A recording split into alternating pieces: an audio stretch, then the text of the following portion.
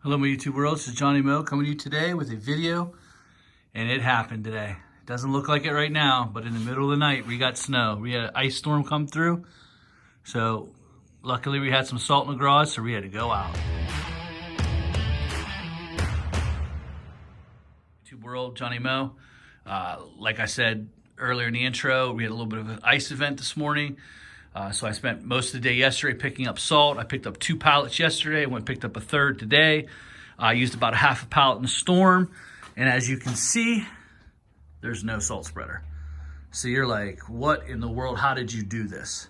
Well, took the buckets, took 5 buckets with me, filled up 5 buckets, walked the parking lots, and just kept filling up the buckets and kept walking the parking lot. I mean, you just had to do it. It's just how you have to do it. But look at it now. There's nothing here. Nothing here at all, except for my residue of salt. I had a little salt spill there. A little bit of snow left in the shade, but it was all covered this morning. But now the sun's out and everything's melting. So I want to talk to you about salt supply a little bit today. When you're first getting into it, you have no idea what you're doing. You're like, oh my goodness, where do I get the salt? And so the first place you look is what? A big box store. And so you're looking at the big box store, you're looking down, you see salt bags, 50 pounds bag, anywhere from $6 to $9 a bag. And then you go out and you try to bid parking lots, and you can't even compete with the guys that are already out there that have bulk salt, and they get it for $80 a ton, some $75 a ton. And the mixed stuff, the slicer, we call it slicer, we call it purple salt, the slicer stuff, you can get that for anywhere from 95 to 110 a ton. And you're looking anywhere from, 200 a pallet all the way up to 320 a pallet. Obviously, $320 a pallet is way ridiculous. I got a really good deal on this. This is the cheapest I've paid for salt in years. I've got quotes all the way up to $290 a pallet, $260 a pallet, $240 a pallet, $220 a pallet. And I can't tell you what I got that for because there's too many local guys who watch this channel, and if I got a better deal than them, or maybe they got a better deal than me, they'll feel a little slighted. So I can't tell you what I paid per pallet. What I will say is if you're paying above $5 per bag, I think you're paying way too much and you're losing money salting parking lots. If you're doing a $50 parking lot and it's 15,000 square feet, we'll say, and these bags go very, very quick, but you got to put enough down to melt the lot, keep the lot, and also make some money. And if you're paying $5 per bag and you need 300 pounds to melt a lot, you add it up. That's 300 pounds. That's 10 bucks, 10, 20, 30 bucks. If you bid it for 50 bucks, you're only making $20 on that lot. So really, really think about what you're doing, how you're doing it. If you can buy up front, like this year, I've done this a couple different times. You can go back in my video. I bought salt back. I think it's called Salt is Here.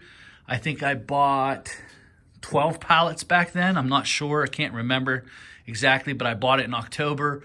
When everyone else is thinking about leaves, I'm thinking about, how much am I going to pay for rock salt? Because this is the #1 killer of the snow business. Because most guys, and I've said this before, most guys have no clue how much it takes to melt a lot. They just push a button, looks good to me, they're off and gone. And you can do that when you have bulk salt. Remember, you're only paying $80 per ton. There's a lot of room in there to, over apply or under apply, but it all costs money. So this is what you really want. This is when you're knowing your numbers, knowing your formulas, knowing the temperatures. And it's the most important thing when it comes to this. It was 28 degrees today. It's going to be sunny. You don't have to kill a lot to melt it. All you got to do is start the melting power, and the sun will take care of the rest. So on a day like today, you can actually put a little bit of money in your pocket. Whereas opposed if it was 20 degrees or 15 degrees with low humidity, with no sun, you're gonna have to put extra on. You're gonna have to know your formulas. You're gonna have to really know. If it gets down to 0, you're probably gonna have to put what I call a kicker in it. Some type of magnesium, some type of calcium, some type of kicker to start the melting process. Once there is water present, meaning once the water starts to form on the parking lot, this salt will then kick in. So you need something, a kicker, to get that melting action happen. Sometimes what you could do is run around with your truck. The heat of the tires will start, because your heat of your tires will start to melt this, and that'll help too. So you're running around the parking lot, getting it heated up, getting that heat going. Sometimes people are like, oh no, Johnny, it's 5 degrees. It's negative 5 degrees, Johnny. You better get yourself some calcium, Johnny. You better that. Listen, I'll use my tires. You go spend $17 a bag or $13 a bag for your calcium and go throw it on the lot. It will work, but your tires work just as well. Don't forget, the heat of the vehicle's coming in and out. So what you need to do is be able to activate the salt. You need some way to activate a kicker. What I'll do is I'll buy a, it's called Slicer. It's in a bag. It costs about $6 to $7 per bag. And what I'll do is I'll load 2 bags, and I'll put a load of Slicer in there, and I'll mix it up in the spreader. I'll throw another 2 bags, and I'll throw another bag of Slicer. Just a little kicker, You know, I'm not trying to throw straight Slicer on the lot. Sure, it would work great, you know, but again, you're talking about money here, guys. It's not like you can charge for different degrees. When you bid a lot, they don't want a surprise.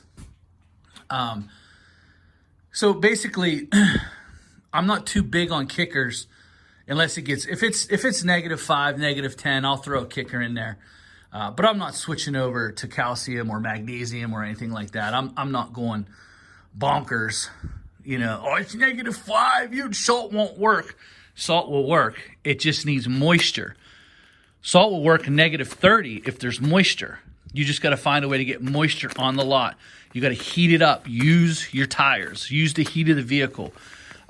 Use a little bit of a kicker, because as soon as that kicker starts melting, well, that presents that moisture. And as soon as that moisture hits this will work. That's what you need. That's exactly what you need is moisture, is in a little bit of heat kicker. I don't go nuts over it. I think I only used 2 pallets of a kicker last year. I used a lot on my sidewalks. Obviously, rock salt's not good on cement, but truth of the matter is, neither is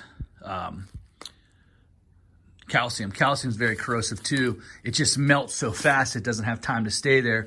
Where this won't melt as fast. This will actually keep it. So with calcium, you have to reapply. This will keep a little bit longer because of a couple bigger nuggets. But those bigger nuggets is what starts adding pits to the cement as it melts during the day. It'll start getting into those cracks, and it'll start pitting it, and it'll start freeze thaw, and that's what starts cracking cement. And that's where the issues really come in, because calcium is very corrosive, but calcium melts very fast, which makes you come back and reapply. But guys, just get out there. You try to get prices on it. Try to average about how much you're going to need per year. It's really hard to do, but let's say you have 2 lots to do this year. You're just getting started. How much do I really need? So you need 2 lots. What's the square footage? Say they're 10,000. You have 20,000 square feet.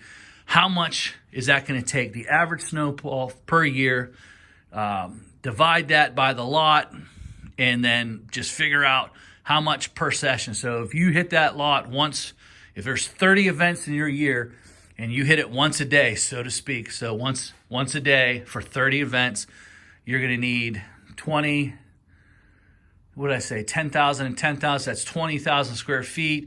If you want to melt it, let's say at the max rate for me, it would be 20 pounds per 1,000. That's about 400 pounds of salt per bang. So you're talking 40 times 30, 12. So you're talking about 12,000. 12,000, is that 12,000 or 1,200? I think it's 12,000. So you're sitting there with 12,000 pounds of salt for the year event, and then you want to just try to go underneath that in case it's not a good year. If you have to pick up some salt here or there, you can do that. So that's how I do it, guys. I call around. I try to get as much salt as I can. If anyone knows anything about this vaporizer rock salt, if you used it, let me know how you like it. Is it good? I've always used Morton. Morton this year was about $252 a pallet, which is really getting up there. I mean, you're starting to lose a lot of profit there. And So I have used American rock salt. It's not bad salt. It works. I've used it. Right now, I've went to all bag because the old way I did it, I had a friend of mine who was able to drop a couple tons off at a time in front of my door, and I'd shovel it into buckets. That's where I really saved some money. But now it's to the point where it's like, that's not available. I'm not going to run out to the salt mines and get a couple ton every time I need it, come back, shovel it out of the bed. When I had a dump bed, it wasn't too bad. I could just dump it on the driveway, put it in the buckets, and but now it's just a little bit easier to store. As you can see, there's about 2 pallets there. There's about a pallet and a half there. I got the other one down, so that's going to be another 2 pallets. I'll put another 2 pallets here and another 2 pallets here, and then I'll work my way around to the front, and then I always try to put 2 pallets there. That's my fertilizer, what I have left over from the year, and I'll put another 2 pallets there. So it'll be 2, 4, 6, 8.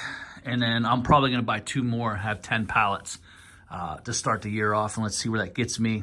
I do not get my spreader until next Thursday, but I got the plow hooked up.